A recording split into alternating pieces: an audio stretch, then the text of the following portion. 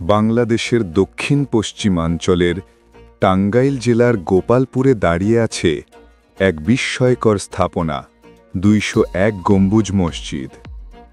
প্রশান্ত সবুজ গ্রামাঞ্চলের বুকে যেন হঠাৎই ফুটে ওঠা স্বপ্নের মতো।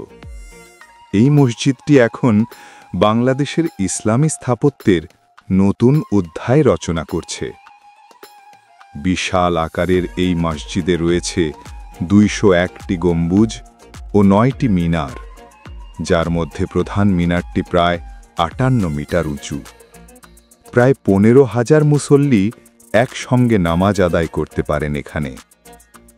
সাদা রঙের মসজিদের দেয়ালে সূক্ষ্ম নকশা আর আকাশ ছোঁয়া মিনারের পাশে দাঁড়ালে এক ধরনের আধ্যাত্মিক শান্তি অনুভূত হয়। এই স্থাপনার উদ্যোগ নেন স্থানীয় দানবীর আব্দুল লতিফ আখান্দ।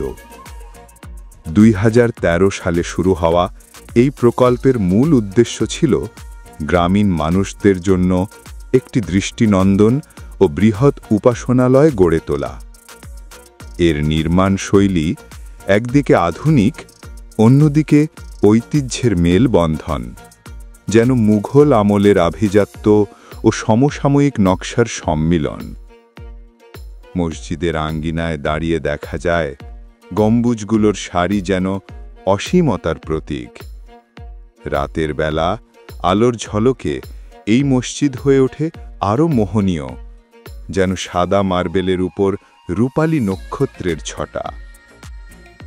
আজ এই ২০১ গম্বুজ মসজিদ শুধু উপাসনালয় নয়, বরং বাংলাদেশের এক অনন্য স্থাপত্য চর্চা, দর্শনার্থী ও গবেষকদের কাছে এক আকর্ষণীয় স্থান। এটি আমাদের ধর্মীয় অনুভূতি, ঐতিহ্যবাহী স্থাপত্য আর মানবিক উদ্যোগ সবকিছুরই এক উজ্জ্বল দৃষ্টান্ত।